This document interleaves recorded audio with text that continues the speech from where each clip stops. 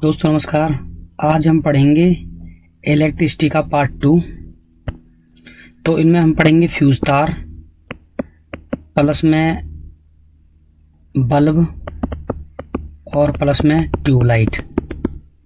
तो इस टॉपिक में ये पढ़ेंगे आज हम, और बहुत इंपॉर्टेंट क्वेश्चन है। इससे बाहर आपको लगभग एक भी क्वेश्चन नहीं मिलेगा। तो आइए शुरू करते हैं। सबसे पहले फ्यूज तार के बारे में। जो ये फ्यूज का ये तार है ना, जो दिखाई दे रहा है, मैं इस वाले की बात कर रहा हूँ। इसे तो बोलते हैं फ्यूज, और जो अंदर वाला है इसे ये है तार। तो इसके बारे में पढ़ेंगे, इसकी क्या खासियत है। सबसे पहला है सुरक्षा यंत्र किसे कहा जाता है। तो सुरक्षा यंत्र कहा जाता है फ्यूज को। अब बात आती है कि सुरक्षा यंत्र क्यों कहा जाता है। तो आपको बता दूं, जो सुरक्षा यंत्र है, मान लो आपके घरों में लाइट आ रही है ज़्यादा। जैसे ही ज़्यादा लाइट आई आपके घरों में, तो ये जो फ्यूज तार है ये वाला, ये गल जाता है, पिघल जाता है। और पिघलने पे जितना भी जो आपका इलेक्ट्रॉन या करंट जा रहा है वो हो जाता है ख़त्म। और ऐसे में आपकी जितनी भी घर की वायर हैं वो सुरक्षित रह जाती हैं, यंत्र सुरक्षित हो जाते हैं। इसलिए फ्यूज तार का होना ज़रूरी है। तो ये है मेन बात। नेक्स्ट देखते हैं, फ्यूज तार का गलनांक कैसा होता है। तो आपको बताऊं, सबसे इम्पोर्टेंट बात इसमें 3 है, जिनमें से सबसे ये है पहली, मेल्टिंग पॉइंट, गलनांक कैसा होता है। तो आपको बता दूं, इसका गलनांक होता है निम्न। निम्न का मतलब बहुत जल्दी पिघल जाता है। जैसे ही थोड़ी सी लाइट आई, ज़्यादा लाइट आई तो ज़्यादा लाइट आने पे पिघल जाता है। क्यों? ताकि घर की वायर खराब ना हो। ज़्यादा लाइट आएगी तो घर की वायर को खराब कर देगी, यंत्रों को, फ्रिज, कूलर, एसी सबको खराब कर देगी। इसलिए इसका गलनांक क्या होता है? निम्न। नेक्स्ट, फ्यूज तार का प्रतिरोध, रेजिस्टेंस कैसा होता है। रेजिस्टेंस भी लिख देते हैं हिंदी में कई बार, रेजिस्टेंस का भी दिक्कत आए आपको। तो रेजिस्टेंस की बात करूं तो ये शब्द भी इम्पोर्टेंट है। रेजिस्टेंस होता है इसका हाई, हाई यानी कि उच्च। ये 2 शब्द याद कर लो। हाई का मतलब ये इलेक्ट्रॉन का विरोध करता है, बहुत ज़्यादा इलेक्ट्रॉन एंट्री करने नहीं देता, बहुत ज़्यादा बिजली रुकने नहीं देता। एक प्रकार से ये पहरेदार है, एक जो रोक के रखता है कि बहुत ज़्यादा मात्रा में बिजली ना आए। रेजिस्टेंस का थोड़ा बता दूं मैं आपको। जैसे मान लो, एक रेजिस्टेंस होता क्या है, ये एक सड़क है, अच्छी सड़क है, बहुत अच्छी ऐसे।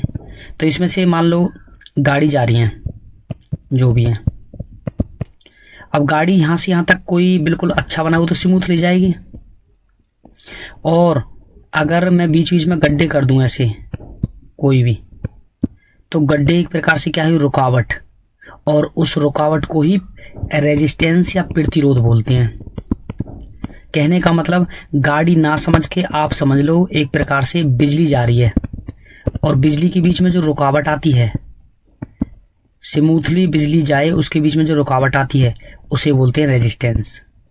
तो ये इलेक्ट्रॉन को रोके रखती है, तो इसका रेजिस्टेंस है। ध्यान रखना 2 बातों का दोस्तों।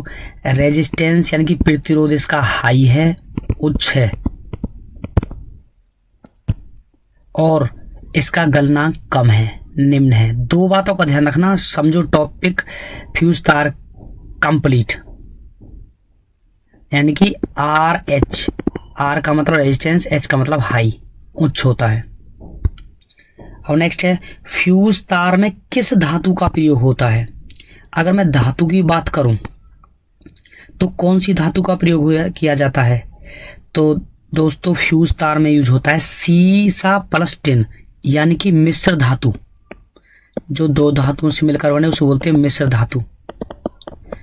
तो सीसा और टिन, इसकी ट्रिक लगा लेना। सीसा का पहला शब्द ले लो सी, और टिन का ले लो टी, तो ये बन जाएगा CT। ये ध्यान कर लेना, CT। फ्यूज तार के पास क्या रखिए, CT। C का मतलब सीसा और T का मतलब टिन। ये ट्रिक लगा लेना। नेक्स्ट क्वेश्चन, सुचालक का वह गुण, सुचालक में जिसमें से इलेक्ट्रॉन गुजर जाए, बिजली गुजर जाए, वह गुण जो इसमें प्रभावित होने वाली, प्रभावित तो नहीं है, प्रवाहित है, प्रवाहित गुजरना, यानी कि कोई चीज़ ऐसी है और उसमें से विद्युत प्रवाहित हो रही, गुजर रही है, तो होने वाली धारा का विरोध करता है। विरोध का मतलब रोकता है उसको। और आप जानते हो इलेक्ट्रॉन को रोकने वाला कौन है? प्रतिरोध। आप देख सकते हो, बताया मैंने। तो इसमें से गुजरने वाली जो वो धारा है उसका क्या करता है? विरोध, उसे बोलते हैं रेजिस्टेंस। तो सुचालक का वह गुण जो इसमें प्रवाहित होने वाली धारा का विरोध करता है उसे बोलते हैं प्रतिरोध। नेक्स्ट, किसी तार की लंबाई बढ़ जाए तो उसकी प्रतिरोध, रेजिस्टेंस पर क्या फर्क पड़ेगा? मान लो इस तार में से बिजली जा रही है, ऐसे धारा बह रही है, और मैं इसकी लंबाई ज़्यादा कर दूं, तो इस बात का ध्यान रखना दोस्तों, लंबाई ज़्यादा करोगे तो रेजिस्टेंस भी ज़्यादा हो जाएगा। जितनी 4 गुनी लंबाई करोगे तो रेजिस्टेंस भी 4 गुना हो जाएगा। और कहने का मतलब तार की लंबाई बढ़ने पर रेजिस्टेंस, प्रतिरोध बढ़ता ही है। ये फार्मूला है, इसको याद कर लेना आप। ये है, अगर लंबाई बढ़ा रहे हो तो आपकी आर भी बढ़ेगी, ठीक है ना? तो इस बात का ध्यान रखना। नेक्स्ट, फ्यूज जो होता है, फ्यूज किस सिद्धांत पर कार्य करता है? तो ये करता है दोस्तों heating effect of electric current, यानी कि विद्युत का ऊष्मीय प्रभाव, विद्युत का ऊष्मीय प्रभाव पर काम करता है। कहने का मतलब ये बहुत ज़्यादा हीट हो जाता है, बहुत ज़्यादा हीट, लेकिन इलेक्ट्रॉन जो पूरी तरीके से 240 या 220 वोल्टेज से कम आ रहे हैं तो ये हीट हो जाता है। देखो, when electricity passes through a high resistance wire, कोई हाई रेजिस्टेंस का वायर होता है, उसमें से इलेक्ट्रिसिटी गुजरती है, जैसे इसमें से गुजर रही है, इसमें से गुजरेगी।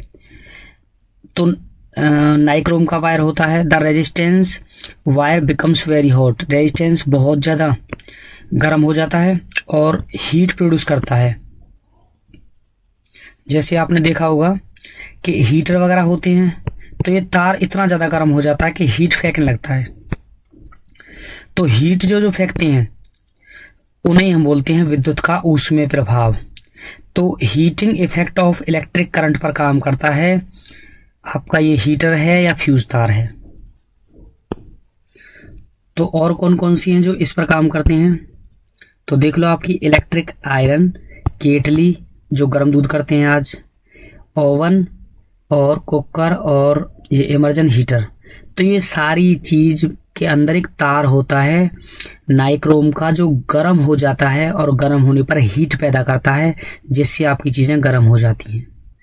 तो ये सारे के सारे बर्तन हीटिंग इफेक्ट पर काम करते हैं और फ्यूज तार भी हीटिंग इफेक्ट पर काम करता है। अब क्वेश्चन है दोस्तों कुछ, सामान्य विद्युत उपकरण के लिए फ्यूज तार में गुण होने चाहिए। तो मोटा तार बिल्कुल गलत, पतला तार बिल्कुल सही, आपका वायर थिन होना चाहिए इसमें, निम्न गलनांक बिल्कुल सही, इसलिए 2 और 3 सी। नेक्स्ट, मेंज विद्युत प्रदाय में फ्यूज का प्रयोग सुरक्षा के रूप में होता है। फ्यूज के विषय में कौन सा सही है, हमें सही बताना है। मेन स्विच से समांतर जुड़ा होता है, गलत।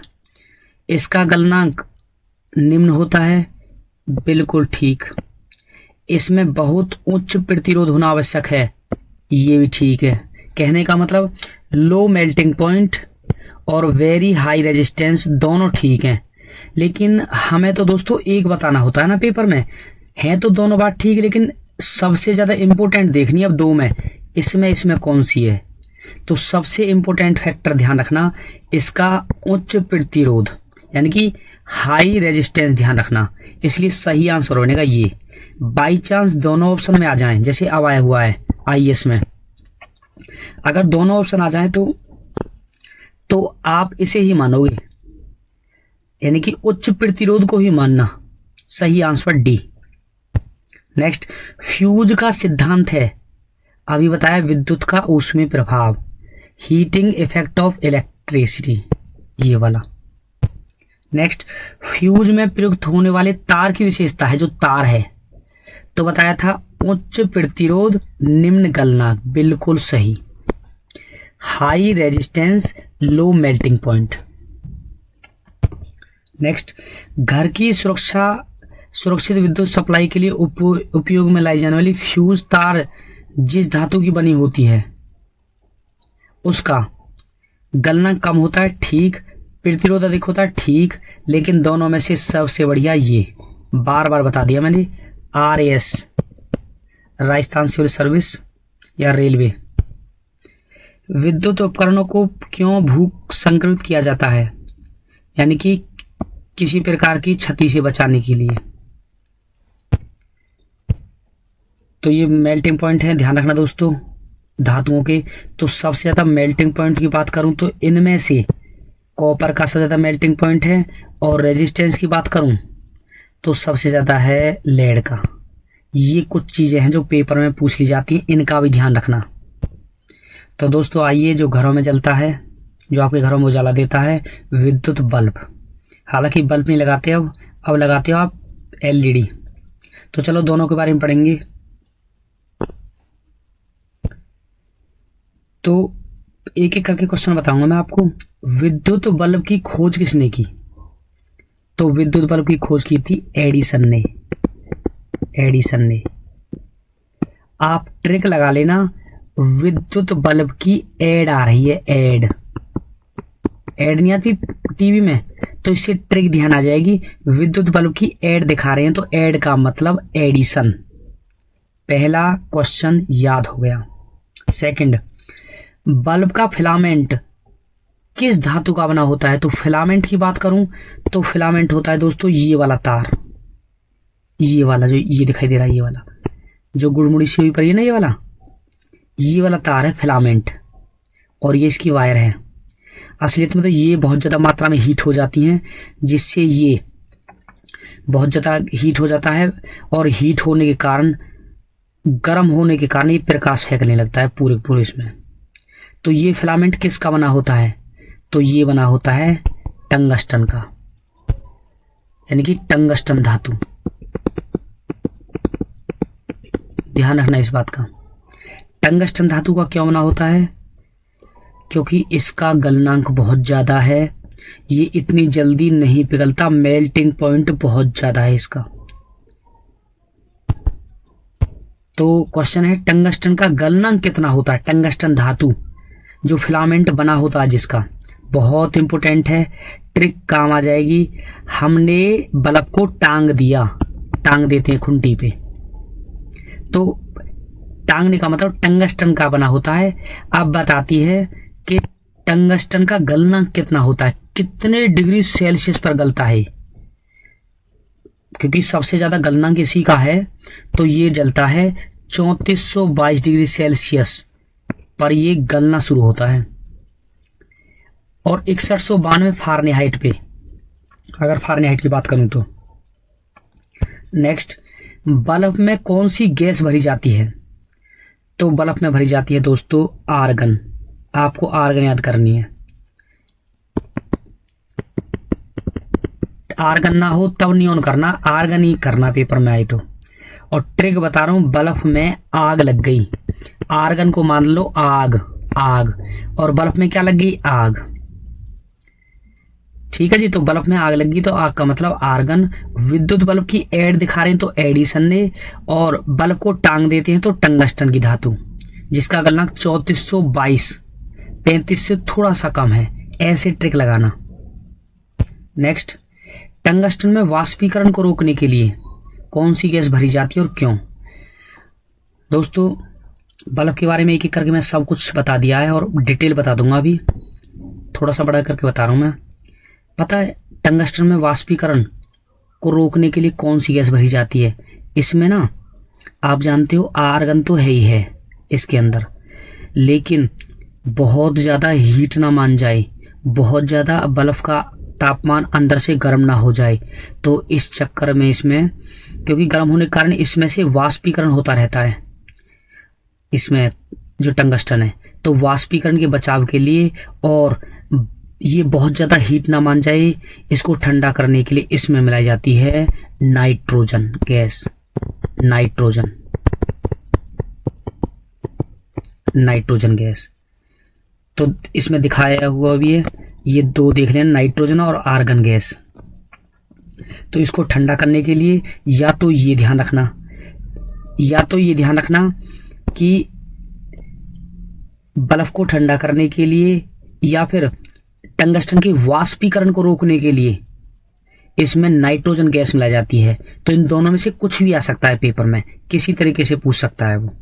जो टंगस्टन धातु का बना होता है और उसका melting point 3422 degree Celsius.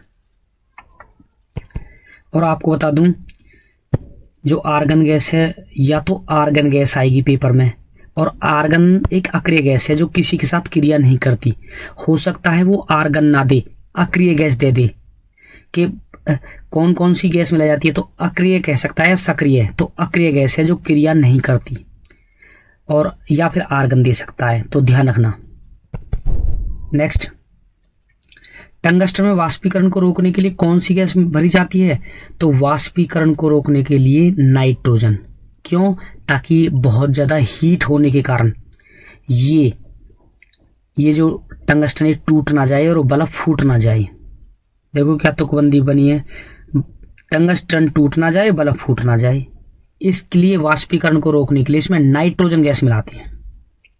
Next, आपने देखा होगा जो हाईवे है ना, हाईवे, उन टायरों में भी नाइट्रोजन मिलाते हैं ताकि बहुत ज़्यादा हीट ना हो जाए, टायर में फट ना जाए। अब है जलते हुए विद्युत बल्ब, यानी कि ये जल रहा है, मैंने जलता हुआ दिखा रखा है दोस्तों। जलते हुए विद्युत बल्ब के तंतु का मतलब फिलामेंट, इसका तापमान कितना होता है, तो इसका तापमान बताऊं आपको, 1500 डिग्री से 2500 डिग्री सेल्सियस, इनके बीच में आएगा। हो सकता है वो दे दे 2000 से 2500 या फिर 1500 से 2500। ध्यान रखना, जो वैसे ऑथेंटिक वो है 1500 से 2500। अब क्वेश्चन है, बल्ब के अंदर कौन सी गैस भरी जाती है, तो बल्ब के अंदर है आर्गन। आग लगा दी बल्ब में, इसलिए इनमें से कोई नहीं। नेक्स्ट, हेलोजन लैंप का तंतु किस मिश्र धातु का बना होता है। हेलोजन लैंप जो सड़कों पर होते हैं, तो उसमें टंगस्टन तो होता ही है, क्योंकि इसका मेल्टिंग पॉइंट बहुत ज़्यादा है, प्लस में सोडियम, और सोडियम के कारण ये पीले कलर का प्रकाश फैलाते हैं। ये भी क्वेश्चन आता है। और आपने देखा होगा पीली लाइट होती हैं ताकि वो फॉग को भी खत्म कर दें, धुंध को। सोडियम के कारण पीला प्रकाश उत्सर्जित होता है, तो टंगस्टन और सोडियम। नेक्स्ट, जलते हुए विद्युत बल्ब के तंतु का तापमान, तो जलते हुए का 1500 से 2500, और 1500 से 2500 है नहीं, इसलिए ये चलेगा 2000 से 2500। निम्नलिखित कथनों पर विचार कीजिए। एक साधारण बिजली के बल्ब का अपेक्षाकृत अल्प जीवन होता है। आप देखते हो लोगों ने बिजली का बल्ब बंद कर दिया है, अब बल्ब नहीं आते, एलईडी आती हैं। क्यों बल्ब नहीं आते, उनका जीवन कम क्यों होता, क्यों कम चलते हैं बल्ब। एक तो उनका तार एक समान नहीं होता, फिलामेंट का, इसका तार। दूसरा, इसको पूर्ण रूप से यानी कि एवेक्यूएटेड, निर्वातित नहीं किया जा सकता, और फिलामेंट के सहायक तार उच्च ताप पर पिघल जाते हैं। जैसे ही थोड़ा टेम्परेचर बढ़ा तो ये पिघल कर टूट जाते हैं। तो तीनों बातों को याद कर लेना, बहुत इंपॉर्टेंट है। नेक्स्ट, बिजली के बल्ब का तंतु बना होता है टंगस्टन का। बिजली की खपत का बिल किसके मापन पर आधारित है, तो यह है वोल्टेज के मापन पर आधारित। एक सुरंग में 100 वाट क्षमता वाले 5 बल्ब लगातार 20 घंटे तक जलाए जाते हैं। 100 वाट के 5, तो 500 वाट हुए 1 घंटे में, और 2 घंटे में 1000 वाट। ऐसे ही 20 घंटे में कितने होंगे, जब 2 घंटे में, ये 1 घंटे में 500 वाट 5 बल्ब, और 2 घंटे में 1000, और 1000 वाट का 1 यूनिट होता है। तो 2 घंटे में 1000, तो 2 से भाग दे दो, ये 10 आ जाएगा। तो 10 यूनिट यानी कि 10,000 वाट बिजली खाएंगे। तो 10,000 का मतलब 10 यूनिट। नेक्स्ट, एक मकान में 2 बल्ब लगे होते हैं, बहुत बहुत इंपॉर्टेंट। उनमें से एक बल्ब दूसरे से अधिक प्रकाश देता है, तो उनमें से कौन सा कथन सही है? तो ध्यान रखना, अधिक प्रकाश वाले बल्ब में रेजिस्टेंस अधिक होता है, गलत। रेजिस्टेंस प्रकाश का बिल्कुल उल्टा है। जो कम प्रकाश वाला है उसका रेजिस्टेंस अधिक होता है, यानी कि dim bulb has larger resistance. देखना, लो रेजिस्टेंस सबसे ज्यादा बर्फ जल रहा है, ज्यादा प्रकाश जो देता है उसका लो रेजिस्टेंस होता है, प्रतिरोध। और जबकि जो हाई रेजिस्टेंस किसका होता है? जो कम जलता है। तो दोनों का ध्यान रखना, उल्टा है।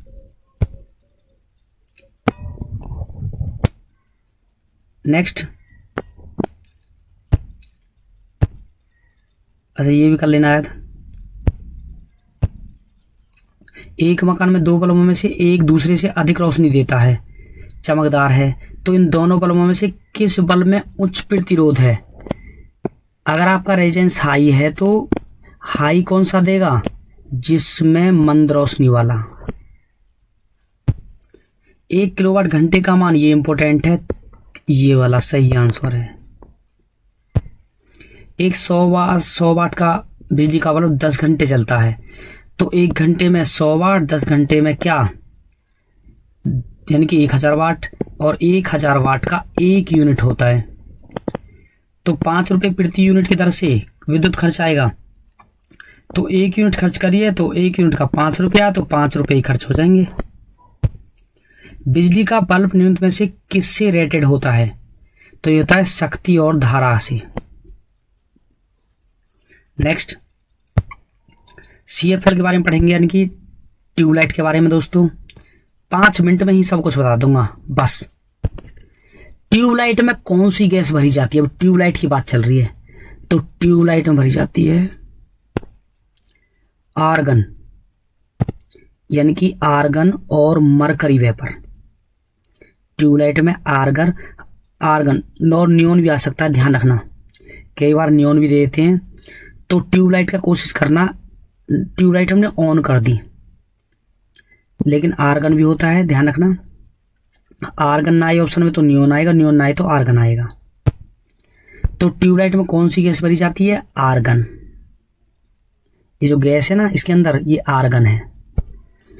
CFL में विद्युत विसर्जन के बाद, विद्युत विसर्जन का मतलब इसमें से जब बिजली गुजर जाए, इसमें से जब बिजली जाती है, तो विद्युत विसर्जन के बाद कौन सी किरणें उत्पन्न होती हैं?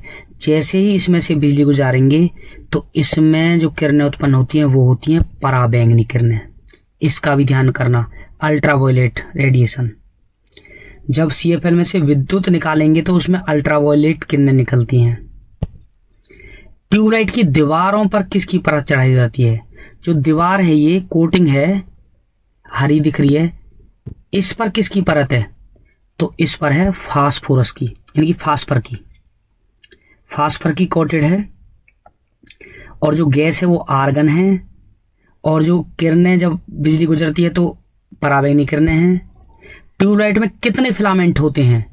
तो फिलामेंट होते हैं दोस्तों 1 और 2, तो ये होते हैं 2 फिलामेंट। नेक्स्ट, ट्यूबलाइट में किसके अणु होते हैं? छोटे छोटे ड्रॉप हैं, अणु होते हैं, तो ये होते हैं मरकरी, यानी कि पारे के।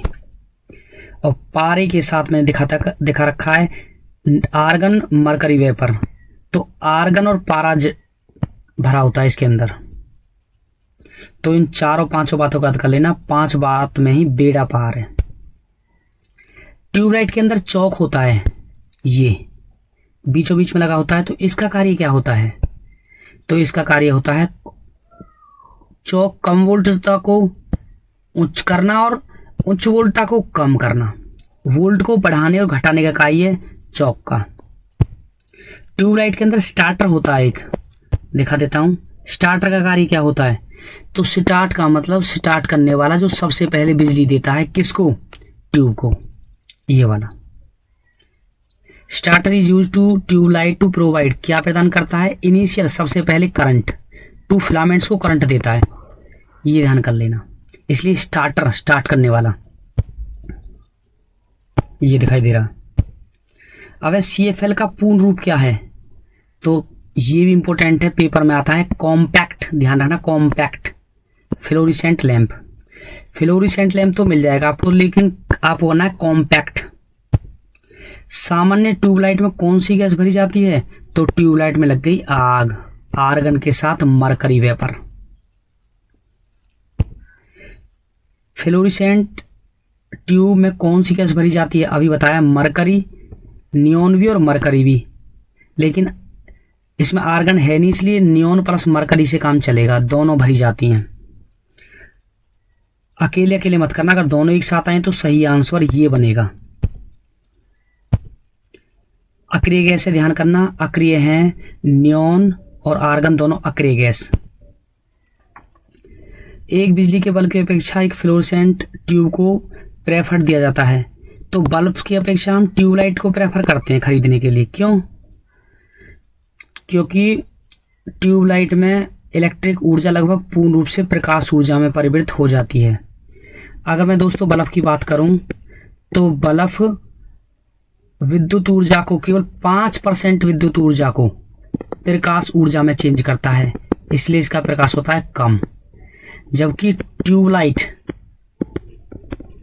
22% ऊर्जा को, विद्युत ऊर्जा को प्रकाश ऊर्जा में चेंज करती है, प्रकाश ऊर्जा में, इसलिए ज़्यादा प्रकाश देने के कारण ट्यूब को ज़्यादा प्रेफर किया जाता है।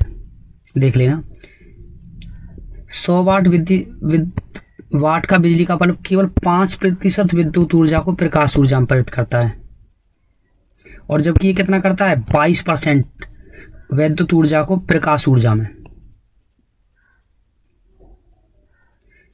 अच्छा, कोई भी सही नहीं है। ट्यूबलाइट में इलेक्ट्रिक ऊर्जा लगभग पूर्ण रूप से प्रकाशित परिवर्तित हो जाती है। अच्छा, 22%, इसमें से कोई भी सही नहीं है, क्योंकि ना तो 5% और ना ही बस 22% है इनमें से। ये भी गलत, ये भी गलत, ये भी गलत। श्वेत नली को श्वेत प्रकाश को नली में कैसे पैदा करते हैं? जो आपका ये है, इसमें बिजली कैसे पैदा होती है, प्रकाश कैसे आता है? तो प्रकाश आता है जब इनको गर्म कर लेते हैं हम, तांबे के तार को गर्म करके। प्रदीप्त नलिकाओं के साथ चौक असंजित होता है, जो चौक होता है उसका होता है काम वोल्टाजता को बढ़ाना, हालांकि घटाना भी होता है, लेकिन दोनों आ जाए तो इसको करना लाइन वोल्टता को बढ़ाना। रोशनी के लिए प्रयुक्त साधारण ट्यूबलाइट में होता है 2 फिलामेंट, फ्लोरेसेंट और पारावास्प, ये ठीक। CFL LED में क्या अंतर है? तो CFL की औसत जीवन LED लैंप से बहुत अधिक होती है। LED लैंप की तुलना में CFL कम ऊर्जा सक्षम है। तो कहने का मतलब 1 और 3। तो दोस्तों ये कंप्लीट है। Thank you.